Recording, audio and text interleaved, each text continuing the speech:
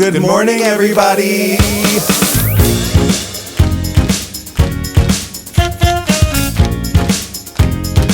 Wake up. Wake up, wake up. In Provincetown. This week featuring Wake up, wake up. Can I have some coffee?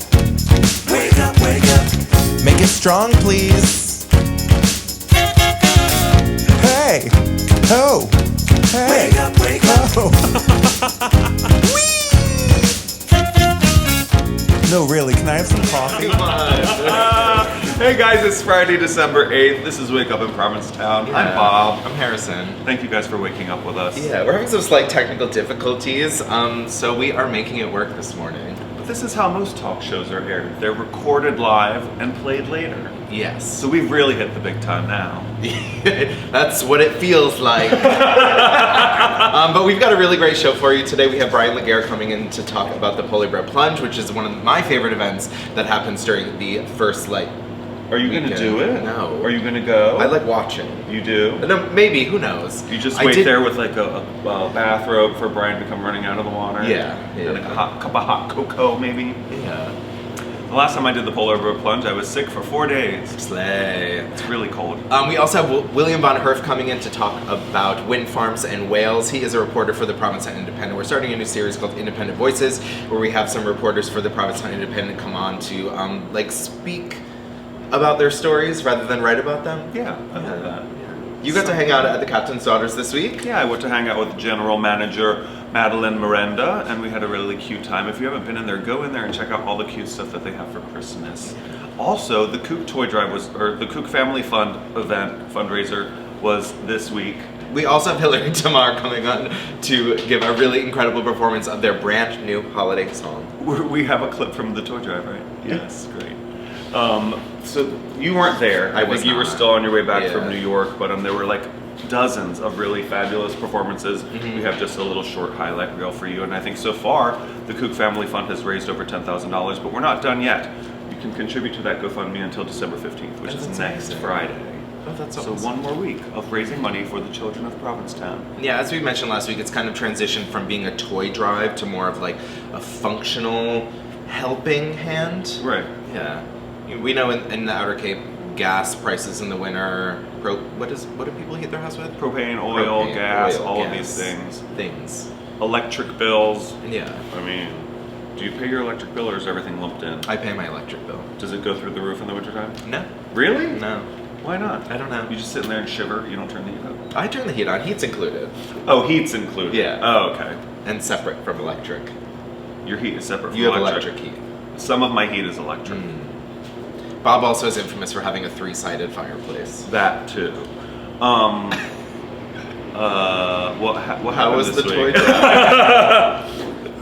How was the toy drive? It was amazing. It was Good. super fun. Let's go back to last weekend. Was last weekend Holly Folly? It was. Oh my goodness. What did you do for Holly Folly? I did 2 shows of Sandy Claus Out of the Closet, which was so much fun. Me and Kristen had 2 really great crowds at the Crown and Anchor both Friday and Saturday night. It was awesome. Then we went on tour. We went to New York and performed at Stonewall on Tuesday night, which was so much fun. You had your New York theatrical debut? Yes, at Stonewall. How iconic. That's amazing. Yeah, it does feel really great to have performed at such an iconic venue. And I know we had some Provincetown family and friends there in the audience. Yeah, it was like mostly P-Town people, which was so fun. But there are a lot of New York P-Town people. Yeah, exactly. Yeah, but and a lot of those New York P-Town people are in New York at this time of year, so it was fun to see them all. Yeah. How many more times are you going to do that show here? So we have 2 more shows. We have a show tonight and also tomorrow. Tonight? Yeah. And then we have a special show in Andover. It's a fundraiser for Summer of Sass this coming Monday night. In Andover? Yeah. One tonight and one in Andover on Monday. One tonight, one tomorrow night. Oh. And one in Andover. Awesome. On Monday. Taking Sunday off. Yeah. Okay. Very excited. We've also got a ton of other fun stuff going on. Next weekend is the Provincetown Theater Townie Show. Provincetown Theater Townie Show next weekend? Yeah. Thursday, Friday, Saturday, with a matinee on Sunday, I'm fairly certain. Who's in it? Everyone, all your favorite townies. All my favorite townies. Yeah. Are you in it? Yes. Oh. Yeah, me and Peter Toto are going to be singing a song together. Oh my god. Yeah. I did kind of double book myself, so I'm going to make it work, I think. What do you mean? Also next Friday, me and Tadana are doing a special viewing of A Diva's Christmas Carol. You need that DVD back? Yes. Right here at the Provincetown Brewing Company next Friday, me and Todd are going to be in drag hosting a viewing of A Diva's Christmas Carol. It's kind of like a spin-off of Todd's Gay Bible, which is his movie night where he shows iconic gay movies that everyone should have seen. And I pitched this movie to him as an iconic gay movie that everyone should see. So we are doing a special viewing. Why aren't you doing it on the 22nd? Why are you doing it next Friday? I think Todd's out of town. Oh, Yeah. okay. Yeah.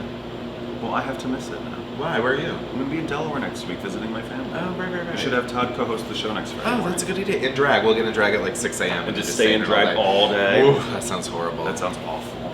Yeah. What else did you get up to this week? What else did I get up to this week?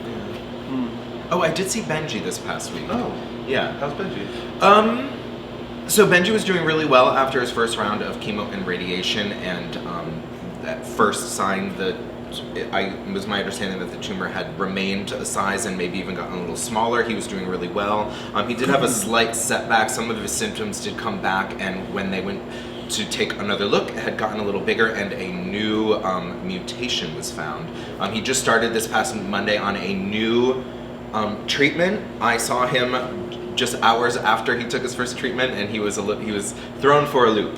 Yeah, but it was really great to see Benji. Yeah.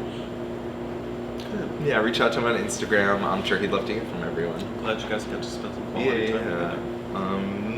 Let's show the two cook toy drive video now? No, just kidding. It's got a news. Yeah, let's do some local news. Last week, we didn't get a chance to talk about it, but there was a flyer that was circulating, which seemingly was of a protest that was planning on happening in Provincetown. There was this organization that wanted to protest a drag show that was happening at the post office cabaret. Yeah. And basically their take was like, keep Christ in Christmas. Yeah, you can't have a drag Christmas show because drag is against Christ. It's this like alt-right Christian group based somewhere on the mid-Atlantic, I think in New Jersey or Pennsylvania. Well, this is a rumor that I heard. I heard that they thought this drag show that they were protesting was in Princeton and not Provincetown. Oh, they're stupid on top of it all? Well, of course they're stupid on top of it all. And not stupid on top of all. They're stupid top of it, bottom of it, in it, all of it. They're stupid. That's why they're protesting drag shows. I heard 2 people actually did make it up with their rosary beads to protest. No way. Somebody said that. I don't know if it's true. There were a lot of weird rumors flying around of things that happened last week. We'll get to the bottom of this. Well, this is the thing, is that the idea that the shows at the post office that night were Anita Cocktail's variety show and Paige Turner's Christmas show. And I'm like, didn't these people know that there was like literally a stripper burlesque show at Town Hall last year? We should have protested that one. This past Saturday there was a stripper burlesque show at Town Hall. I'm like, you guys, I need to tell you guys which shows to protest. Right, the ones that really deserve it. Yeah, the ones that are like borderline X-rated. Yeah, but we did. The community obviously, when they found out about this, responded and kind of was planning on getting it together and organizing of how we would want to respond. And in the meantime, we found out that they weren't going to be coming because they're idiots and didn't know where Provincetown was. But they still kind of went through. We don't want them to know where we are. Yeah, but it kind of ended up being a celebration of World AIDS Day. Combined with this, it just became this really fantastic queer celebration block party in front of Town Hall. Easily a couple hundred people singing Christmas carols, and Tangle was sort of like, organizing the chanting. Oh, I do have to tell you a funny story about the World AIDS Day Vigil. Okay. It was hilarious. So everybody goes, and we're standing next to the AIDS Memorial statue next to Town Hall, and they're like, we're now going to read out the 400 names of the Provincetown people who have died of AIDS and or HIV. And then they get, like these really quiet people who work from the AIDS support group to be like, Bill Stevenson, Joe Walsh, and of course Jennifer Cabral is like, louder! No one can hear you. She knows loud. And then, meanwhile, while they're reading out these names, all you could actually hear was the 4 divas from Petty 4 rehearsing that Kelly Clarkson Christmas song inside of Town Hall. Work. So it's like, da da da da da da, and it's like, Bill Jorgensen. I'm like, oh my god, this is the most Provincetown thing ever. Oh my god. Please, let's take this vigil over somewhere else where you can't hear that. Or use a mic. Or use a mic. Or a mic. But it was also raining at the same time, so, you know. We're in the midst of our own technical difficulties, Mark. Let's not throw stones. There was also a bunch of people reach out to me on Monday morning and were like, oh my god, George Santos was in Provincetown last night. Everybody said that last Sunday night at the A House, George Santos was spotted. It's not true though. It's not? I don't think so. He did finally get kicked out of Congress. Yeah. Did that happen since last Friday's show? Yes, it happened on Friday.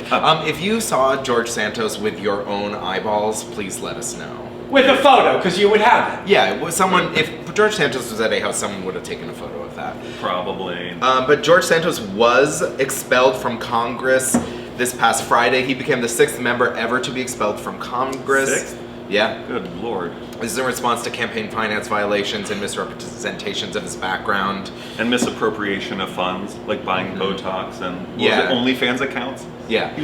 Can you imagine? Yeah, it came out once. Use your own money to buy that. Yeah, once the allegations came out, they voted to expel him, and they didn't end up expelling him. And then once the specific things came out, where they like, oh, because they knew he had misappropriated campaign finances, and then when it came out, they're like, oh no, he used it for Botox, Sephora, OnlyFans, Hermes scarves. Katana shops at Sephora. Isn't that his drag name? What is it? I can't remember. Katara. Katara, yeah. Cheetara. He did get expelled. 311 voted in favor of expelling him, and 114 opposed. It did need a 2/3 vote. And since then, he has transitioned and pivoted to a lucrative career in Cameo. Yeah, if you want to continue to support George Santos, you may purchase a cameo, like a happy birthday greeting or a... Yeah, you know. It's fairly unhinged. If you go on like TikTok or YouTube or anything, look up George Santos's cameos. They're crazy.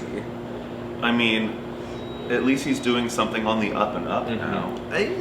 He did begin charging $75 for a cameo by George Santos, and he is now up to $400 for a cameo. Wow, at least he knows his value. He's saying that he made what would have been his entire congressional salary in cameos in that first weekend. Which I can't imagine to actually be true. His congressional salary is $178,000, and even at $400, that's like A lot of them. 400 cameos? That's a lot to do. Oh no, Wait, you you think mean George he Santos is lied? lying about something? HBO bought the rights to his story. They HBO did? brought the rights to his story. That's how he made that $200,000. Right. Also, Z-Way, I don't know if you know Z-Way, she had a show on Showtime where basically she interviews people, and her kind of style is I don't want to say it's gotcha journalism, but she very much like forces people into a corner to like explain things that they've done in the past. And she tweeted, and it was like, George Santos, what was the exact tweet? That's kind of gotcha. That's pretty gotcha. She said, George Santos, would you be interested in a pay-per-view interview? You'd be an iconic guest. And he retweeted it and said, let's do it. And she's honestly getting a lot of pushback saying that she shouldn't be platforming George Santos. But if you've watched some of her interviews, like, I imagine she's gonna go in. And put his feet to the fire. She's gonna be like, what exactly did you buy at Sephora? What? You're a drunk elephant girly? Or... We'll have to ask our local journalists later on in the show whether or not that's gotcha journalism. Right, exactly. It is, right? It's a sting operation. It's entrapment. That's what it is, entrapment. What else? News, come on. The Time People of the Year issue came out. Did you see who it was? Taylor Swift's cat. It was Taylor Swift and her cat. Yeah. But Taylor Swift and her cat are on the cover of the Time Person of the Year. But my favorite person that they are awarding this year is Alex Newell as Time's Breakthrough of the Year. Alex Newell became one of 2 of the first non-binary winners of a Tony this past year. They won for their portrayal of Lulu in the musical Shucked, and also won for Best Featured Actor in a Musical. Did you see Shocked? No. I'm boycotting it. Why? Because it's about corn and not oysters. You should write the rebuttal. Shucked 2. Cape Cod Bay. It's about a town that's reliant on the corn industry, and like I feel like you could also write a Cape Cod-based musical You're of right. a town that relies on the oyster industry. Mm-hmm. They kind of blew up because they were on a reality TV show called The Glee Project, which was basically having people compete for a guest spot on Glee. They didn't win, but came in like first, second, third, or fourth, because I think all the top people ended up getting like little guest spots depending on what position you came in. And that was, they played Unique, who is one of the first trans characters on a primetime television show. So just groundbreaking all around. And when they won the Tony, said, "Thank you for seeing me, Broadway. I should not be up here as a queer, non-binary, fat, black little boy from Massachusetts. To anyone thinks they can't do it, I'm going to look you dead in the face and say that you can do anything you put your mind to." So, congratulations. If I were Taylor Swift, I wouldn't be like trying to remind people about the movie Cats. Oh my God. Come for me, Swifties. So I've been talking a lot over the past few years about women's sports. You know, I'm really passionate about raising awareness and making people watch because it's always entertaining, it's always incredible. And Deloitte, which is an accounting firm, just put out a report on different industries, and for the first time ever, they are predicting that women's sports will pass the $1 billion mark in 2024. This is because the Women's World Cup generated $570 million in revenue. There's some really other exciting things that like television deals. I know volleyball made a television deal where more women's volleyball games are going to be put on TV. Women's basketball, and they're also launching a brand new professional women's hockey league, which just started. What is the word where they just all get together and play to figure out who should be on what teams? A draft. Kind of, yeah. Basically, they all got together over this past week, preseason evaluation camp. Audition. Yeah, auditions. But 6 teams are going to be formed, including the Boston Wicked. The Boston Wicked? Yeah. I mean, I'm going to have to become a fan of women's ice hockey. Of course.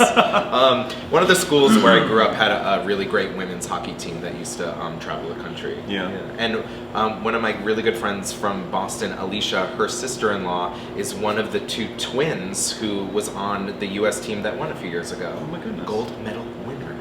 I'm also going to need to take about a week off of work next summer. Why? To watch Simone Biles. Oh, yeah. Because now that you used to be, you had to like record it and watch it later. Now if you're at work, it gets spoiled for you on your phone, and then I never end up watching any of the events. Like tennis. I used to love the Olympics, and now I'm working, so it's always spoiled. So I need you to work for me, June 15th until July 2nd. No. We'll revisit this next summer. I'm excited. I love an Olympic summer. Me too. Yeah. It's gonna be real. There's this new I think it's in the Olympics, but I just saw it. It's like a ping pong table, but it's with a soccer ball, and you have to it's the same volleyball rules, like 3 hits, but it's just one person against one other person, and you it has to hit the table, and then you have to use your body to deflect it, but not your hands. And do you remember sport. that time we were talking about juggling in soccer? Yeah. It's that, but with a table, and you're fighting someone else. In the Olympics? I think I think it is either in the incubation stage of being an Olympic sport, but it is definitely a professional sport. It's wild. So it's just really big ping pong? With a soccer ball. Like sumo ping pong. Yeah. I mean, that's what pickleball is. It was what if tennis were easier and kind of like ping pong? And more annoying. Or what if tennis were way more controversial? does anyone know why it's called pickleball? I don't. Huh. I think it was invented by Jim Pickle, and now it's called pickleball. Correct me if I'm wrong. Oh my god. So RuPaul's Drag Race released their upcoming cast for season 16 of Drag Race, and before we get to the exciting news, there are 6 New York queens on it. It's too many. Is it? Every season there's 8. I'm how many drag queens are working in New York? I mean, New York has the most drag queens of any city in America. Oh, speaking of drag queens in New York, I did after the Sandy Claus show, we went over to Pieces Bar with a few friends, and there just happened to be a drag show there. But it was Castrata and Kiki Ball Change. Kiki Ball Change had a show here at the Crown and Anchor this past summer. I didn't get to catch their show here, but that show was incredible. Mm-hmm. 2 queens in a bar, and it was one of the most well-rehearsed drag performances I've ever seen in my life. They did not miss a beat. Every beat was hit. Not a single word missed. It was incredible. It was wild. Who was the other one? Kiki and who? Castrata. Castrata, I guess, is known for live singing. They sang Christmas Baby Please Come Home in the original key, and it was incredible. Nice. She also recorded a RuPaul Drag Race, a RuPaul number, and she's like, oh, my friend is going to be recording it. I'm like, oh, she's auditioning. That's how you know they're auditioning. Yeah. Yeah. But they announced the queens yesterday, or 2 days ago, and really exciting news. One, not specifically a hometown girl, but like She was a P-town girl. Provincetown queen for a while. Is going to be on the show, Saphira Crystal. Of the famous Cristal family, Kaya Cristal. You may have heard of her. Yeah, Kaya Crystal's drag mother. Yeah, Saphira used to like slay at Showgirls, like dominate. I've never seen her. Tell me a little about her performance style. my What God. does she do? It's just she's like the most beautiful person you've ever laid your eyes on, and like flawless lip syncing. I don't know if I ever saw her sing or heard her sing, but like just the lip sync numbers alone, like winning Showgirls by lip syncing to like Tyrone by Erykah Badu, you know, the live version, and it just looks like she's really doing it. She seems like a queen who is going to go really far. Oh yeah. Yeah. You have to be like a talent theater queen. She's like a Gold Dust Orphans kind of main girly for a while, right? Yeah, I love her. I'm so excited that it's like finally a local queen on this show. I might have to start watching it again. Yeah, Todd Flaherty's friends with her because Todd lived in Philly with her for a while, so I hope you win, Saphira. When does that season start? January 5th. Oh, soon. Mark knows when Drag Race starts. Just read it. Because it's Saphira. Right. Do you watch it? Occasionally. You're gonna watch this. Let's watch this season. I'm not paying to watch it. Well, we should do it here. I'm If if they do it at the Crown. Okay. yeah, they'll probably do one at the Crown. Okay, great. Yeah. Can't wait. Yeah, I'm really excited. I do want to talk about one thing. It's not really in relation to anything that we usually talk about, but there's a couple months ago there was a woman who was at Chipotle, didn't get her. Did you hear about this? No. She didn't get her order right and threw her order in the face of the worker. Oh. That happened to me when I was in high school and I worked at Taco Bell. Someone threw something at you? Yeah. This is before smartphones, though. This was before smartphones. But like this lady would come in at like every day and get one of those taco salads that came in the big fried shell, you know what I'm talking about? Like a taco salad bowl. And she had a lot of like alterations, and one day she like threw the whole bag at us and she was like, I come in here every day, it's impossible for you guys to fuck this up. And I was like, I'm a junior in high school. I fuck everything up. I was like, what? You need to calm down.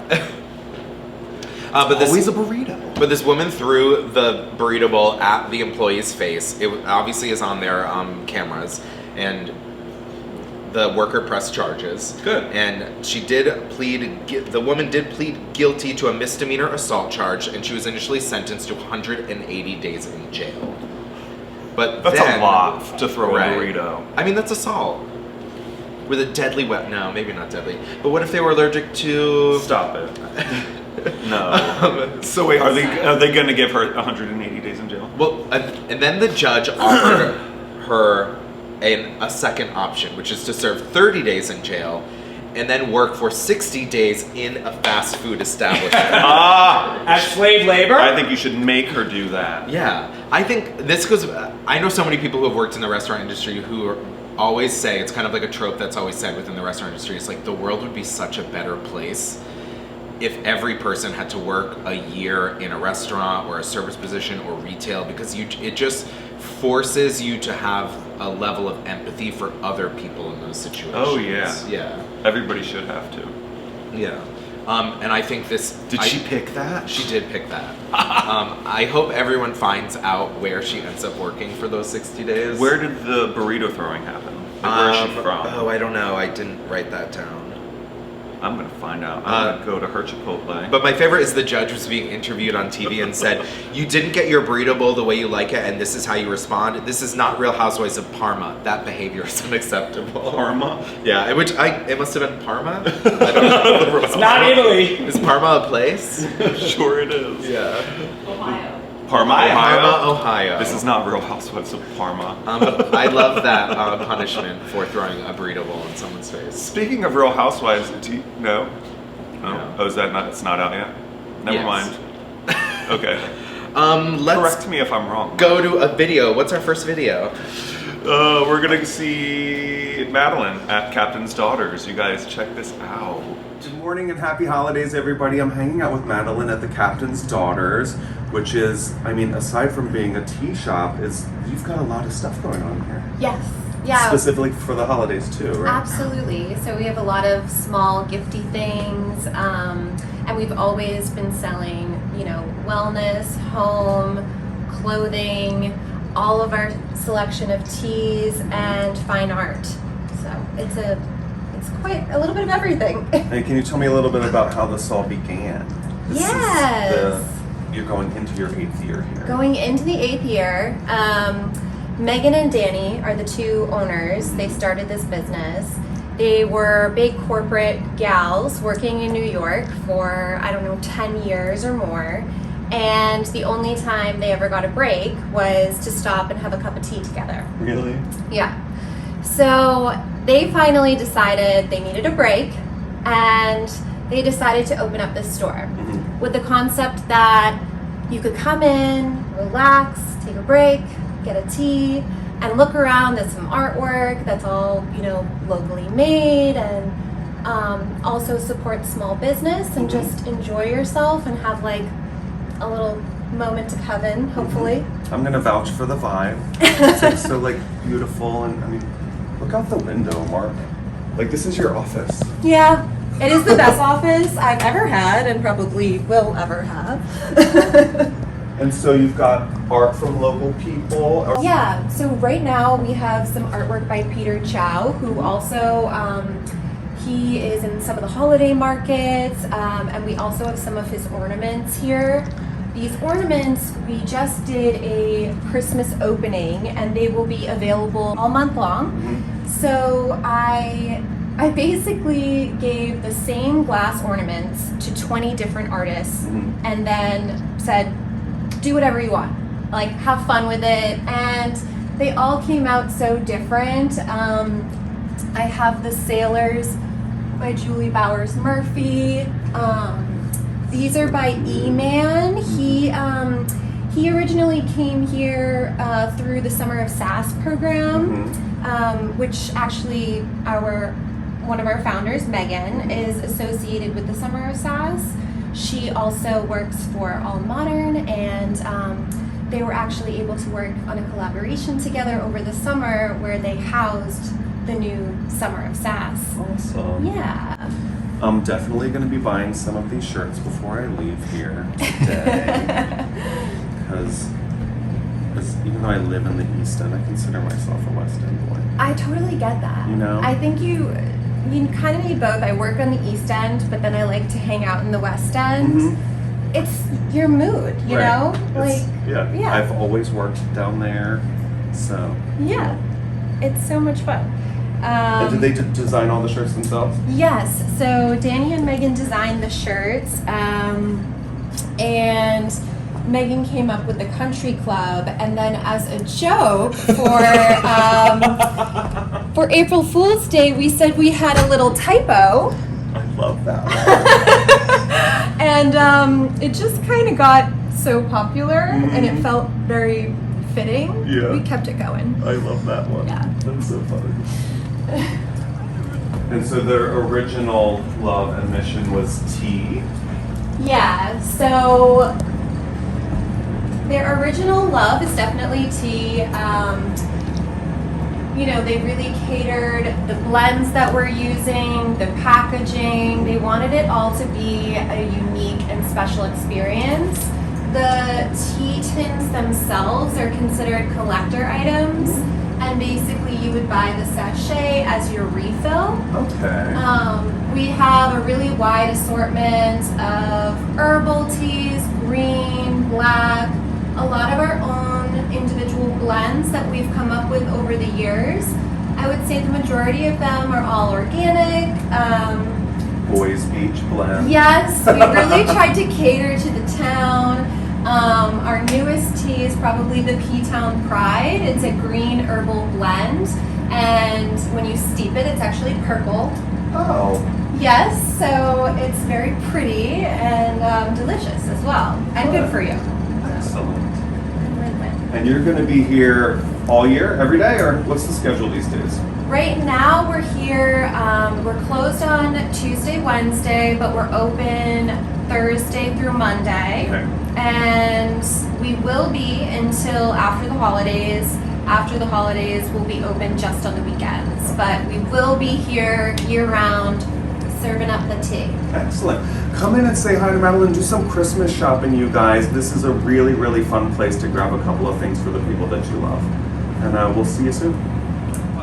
Every ornament in there is hand painted by a different artist. Work. I know. Did you have any tea while you were there? Did I have any tea? Well, we spilt a little tea, Madeline and I. Please welcome Bryan back again. We're not talking about sharks so much this time. We're talking about jumping in the water. Yes, today I'm here to talk to you guys about the Polar Bear Plunge, which is happening January 1st at noon.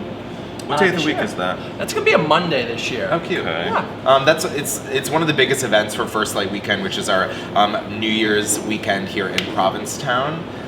Really exciting. It's kind of grown a little. Yeah. So last year was absolutely amazing. There was about 200 people who ended up registering. Probably around 300+ people that were gathering at Harbor Lounge and at Johnson Street to watch all of us crazy people jump in the ocean. But we're jumping in the ocean to help support the Center for Coastal Studies Shark Ecology Program.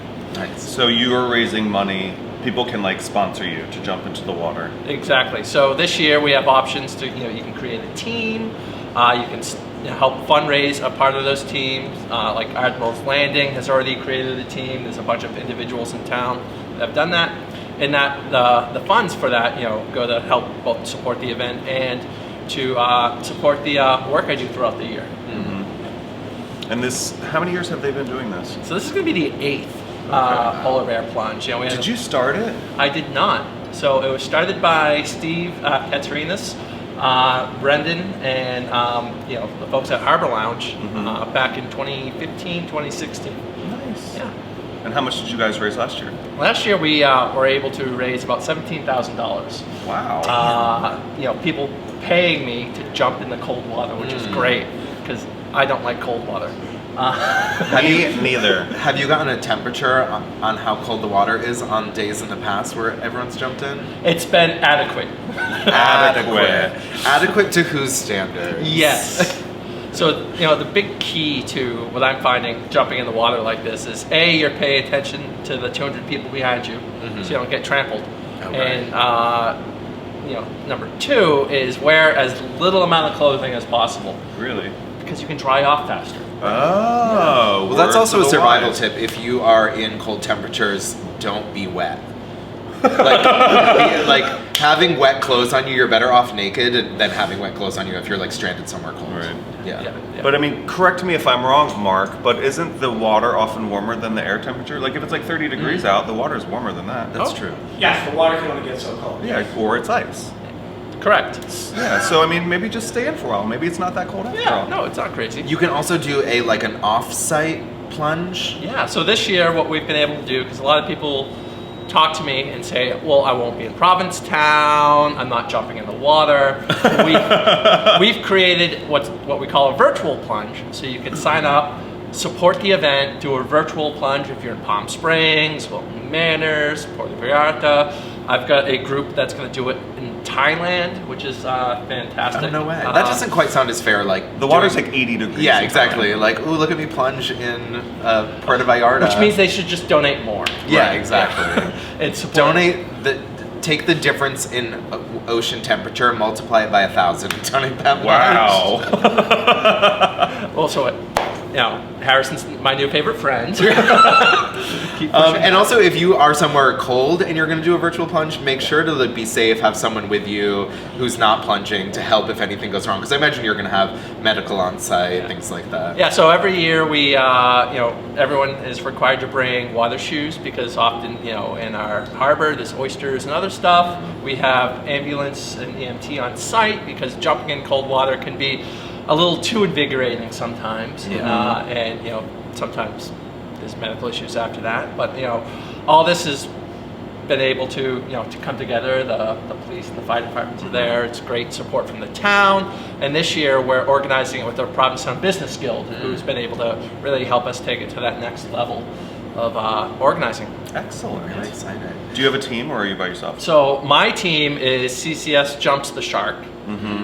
which you can definitely support and donate to that specific team. But what I encourage you is to support the other teams and other businesses that have been able to register. If there's other businesses in town that would like to create a team, I fully encourage that as a community effort, and support them because there's going to be prizes for most single registration fundraising, team registration fundraising, and best individual look and team look.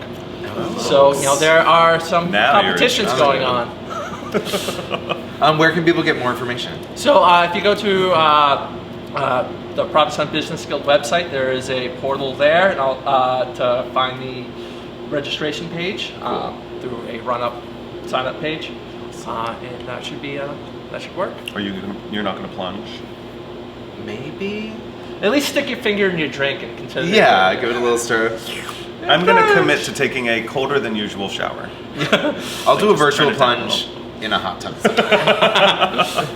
Well, good Please luck. give me money. I'm just kidding. Yeah, way to go. Thank you. Yeah, that's really exciting. See everyone on January 1st. January 1st at noon, Harbor Lounge, Johnson Street. Let's take it away to Babes and Boys to find out everything we've got going on this weekend.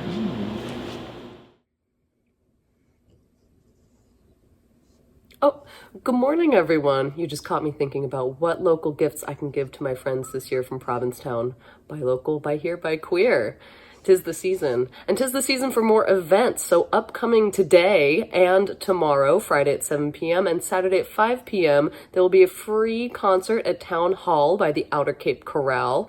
And then also, tonight and tomorrow are the final nights of Sandy Claus Out of the Closet. Catch Sandy Claus in America First at 7 p.m. at the Crown and Anchor.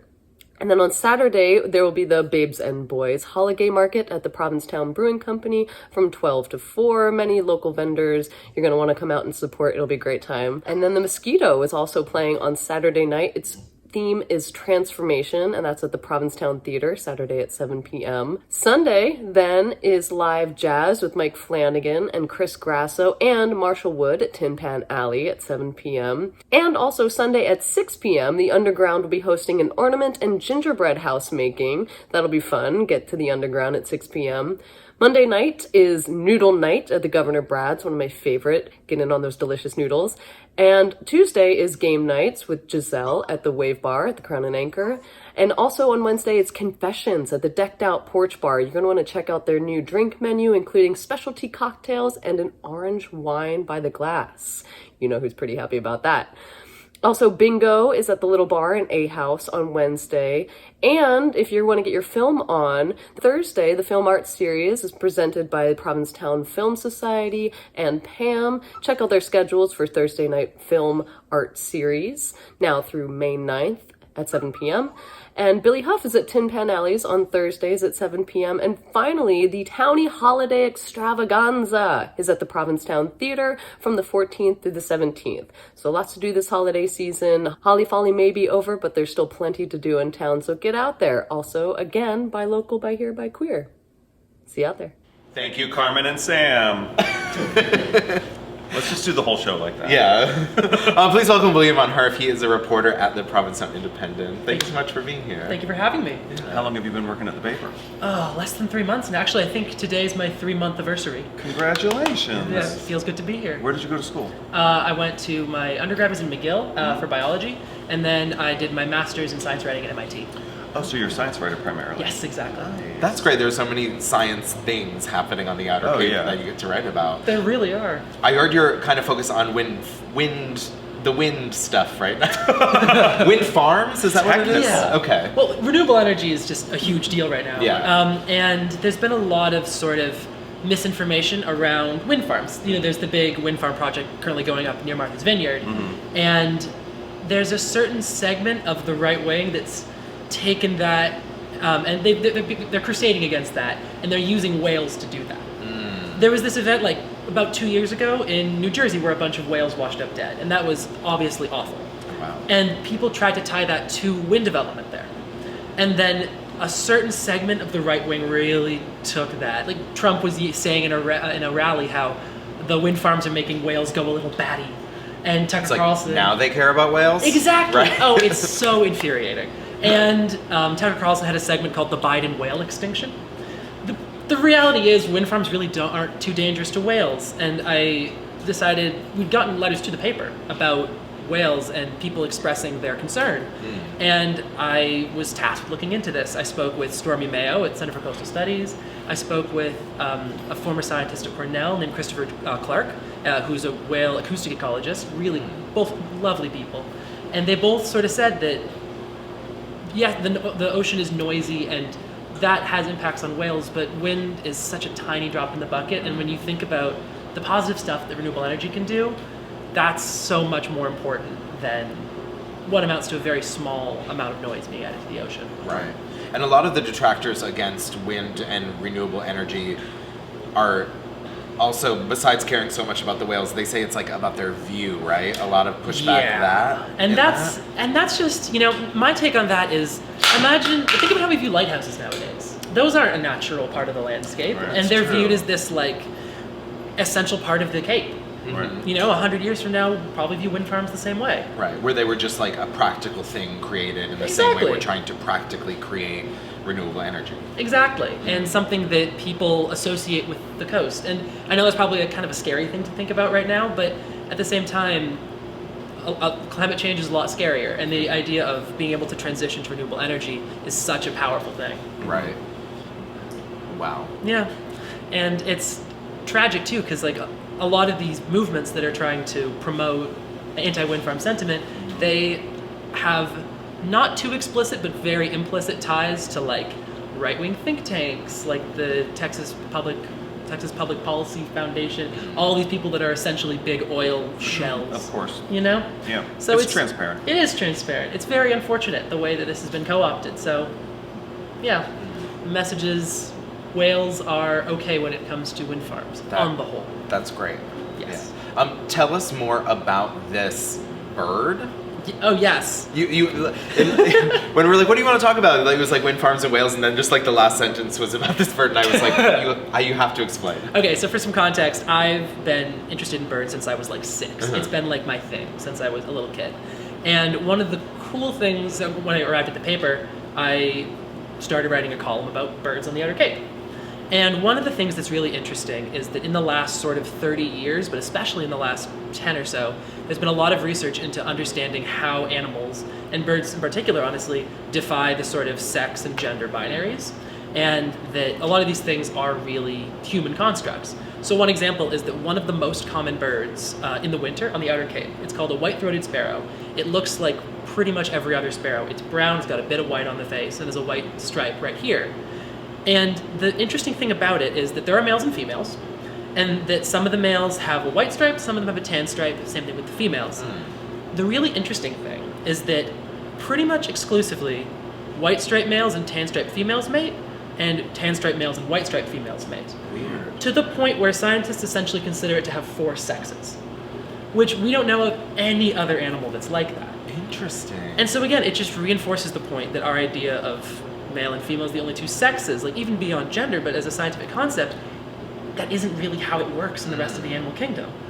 And it's so fascinating seeing the sort of better understanding of the way that human gender and sexuality and sex works reflected in our better understanding of animals too. Mm-hmm. So when you see a little flock of brown birds foraging in a bush somewhere in Provincetown, like that could be essentially 4 different sexes of birds all feeding together. Wild. Yeah. Do they know why any of that happens, or? It's really interesting. Essentially, what happens is the white-striped birds are essentially sluttier. The white stripe, there's no better word for it. The white striped males are the like brash, going out there singing proudly, like biting with other males. Uh-huh. White striped females are more likely to cheat on their partners, essentially. And the tan striped males are these they're the loyal, like the doting father and the caring mother. Mm-hmm. And so essentially what happens is all of the females, when they want to like settle down, they want to choose the tan striped males because they're going to raise better kids. Right. But the white striped females are more aggressive and competitive. So they essentially, the like popular girls out compete the like, I I don't want to use too many tropes here, but yeah, the sort of the brash women outcompete the like the meeker females for the sort of like stable, steady do-gooder, and then the meeker females are left with the like The jerks. the like deadbeat dads, and Wow. basically what it is. Oh my god. And on top of that, like, it's not just that this is sort of how it's chosen, but it's to the point where like over 99% of pairs, or actually I believe the number is 98.5% of pairs, are these sort of cross combinations. Because it's backed up by genetics. The children of what, if it's tan stripe pairs and white stripe pairs, they actually fare worse. They're like less genetically viable children. They end up being smaller, they don't develop as healthily. So there's like a whole biological reinforcement of this like weird cross mating system. Weird. And It's that's super all cool. here on That's the outer all cape. here. If you stepped into like any field for like 10 minutes in the Outer Cape, you'd probably find a few. Wow. Yeah. I think of you as a white striped female. Thank you so much for coming in today. Thank you for having me. William is one of our first guests. We're going to have every 3 or so weeks, we're going to have a reporter from The Independent come in and just like put a voice to their articles, because I read almost all the news stories. They're also incredible, but you get I don't think you're allowed to say slutty white striped birds in the paper. But Did you also say deadbeat dads? It did say deadbeat, yes. You can say Sadly, whatever slutty. you want here. I really appreciate that. You know, Yeah. sometimes you gotta say slutty somewhere. But yeah, it's, One more thing. How can people support local journalism? subscribe to the paper. It's a great paper, and support the local journalism project. There's a whole segment of this sort of institution of the Provincetown Independent that's a nonprofit, and you can donate to that. It sends, there's one winter fellow here right now who is fantastic, and there's going to be a whole slate of summer fellows that are here too.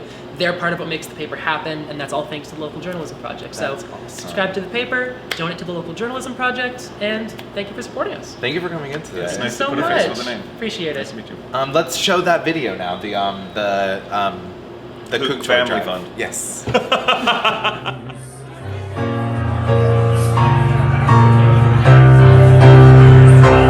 But my bright red tie and your too tight blouse. Marnie was always found the best stuff. She had that knack. But she stopped going to the dump with us when she started showing signs of losing her mind. Secret messages on the radio directed to her. Acute insomnia. I believe that every heart is kind. Some are just a little underused. Hatred is a symptom of the times. Lost in these uneducated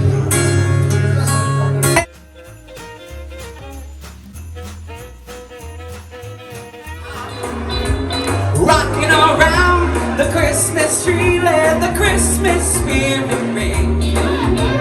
Later we'll have some pumpkin pie and we'll do some caroling. You will get a sentimental feeling when you hear voices singing, let's be jolly, deck the halls with boughs of love. $4 will be fine. We're fine. Oh, turn that. It's the most wonderful time of the year. The kids jingle belling, kids will be shelling up shuffles of cheer. It's the most wonderful time of the year. It's the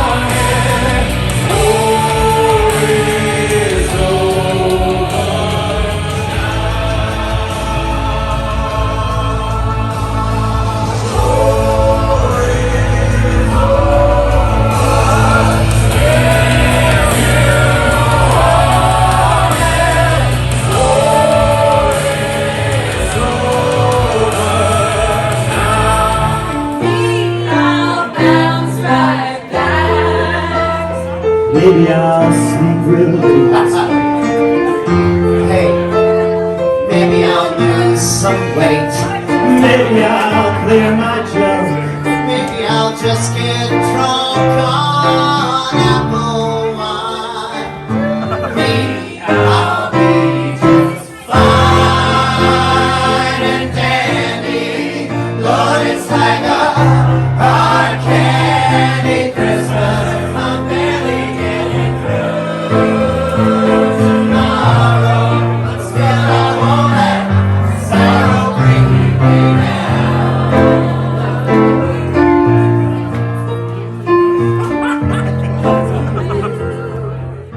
You guys, the holidays are in full swing, and here to sing her original Christmas tune, I Got Me for Christmas, our dear friend Hilarie Tamar. Hilarie, take it away!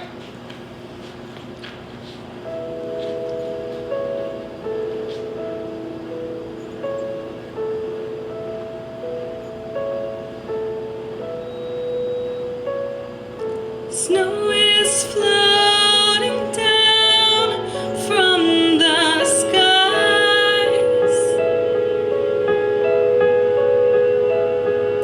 Candles are lit and the stockings hung high.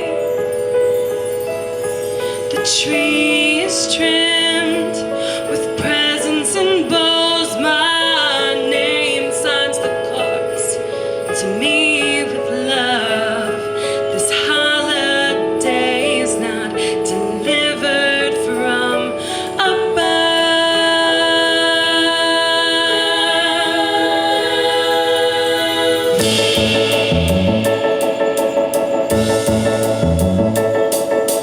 Santa, I don't need you to take all the glory. I do my own shopping and I make my own money.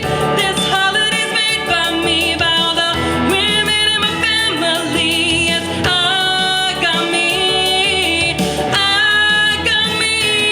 this Christmas. Oh, this Christmas. I'm not taking chances, wishing on a list. No, I know what I want as my gift. Designer clothes, full line of makeup, a new car and new shoes. Green on green on green on green, all the things to make my wish come true. Oh, Santa, I don't need you to take all the glory. I do my own shopping and I make my own money. This holiday's made by me, by all the women in my family. Yes, I got me this Christmas.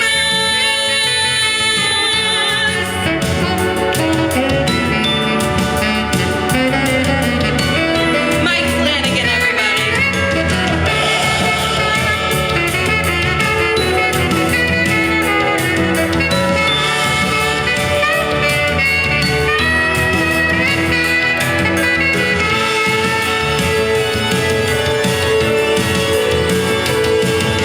Work myself to death to pay for food and rent. I've stacked up all this cash for a house I'll never have.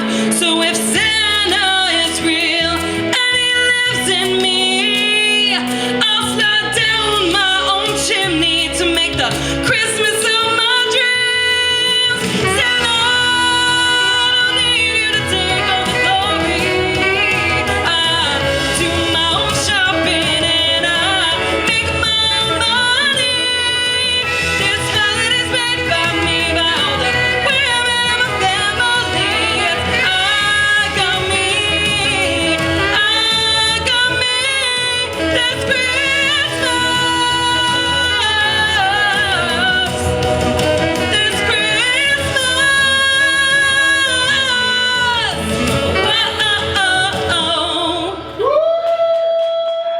Beautiful, amazing. I love you so much. I love you so much. Thank you. That was so amazing. Where can we check out the song? So the song is available on my YouTube channel, Hilarie Tamar. You can also visit my website, hilarietamar.com, but it will be available for streaming on all platforms very soon. Yeah. Follow her on Instagram, and I'm sure she'll let you know as soon as it's available on streaming. Where can we see you perform soon? I'm at Tin Pan Alley every Friday night, Work. 9 to midnight. Work. And who knows what is coming next. Book club.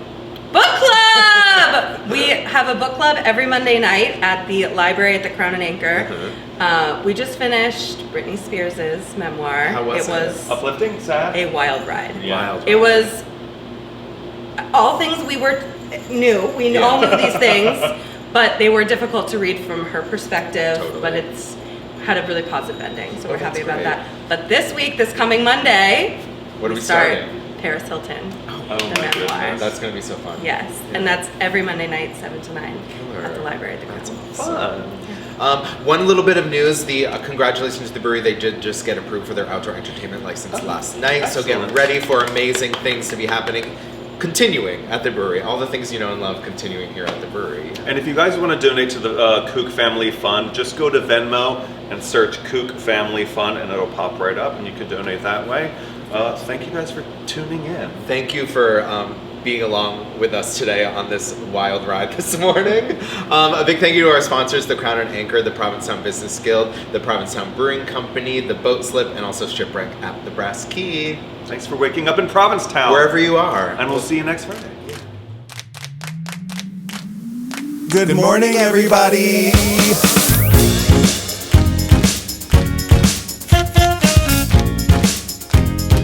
Wake up. Wake up, wake up.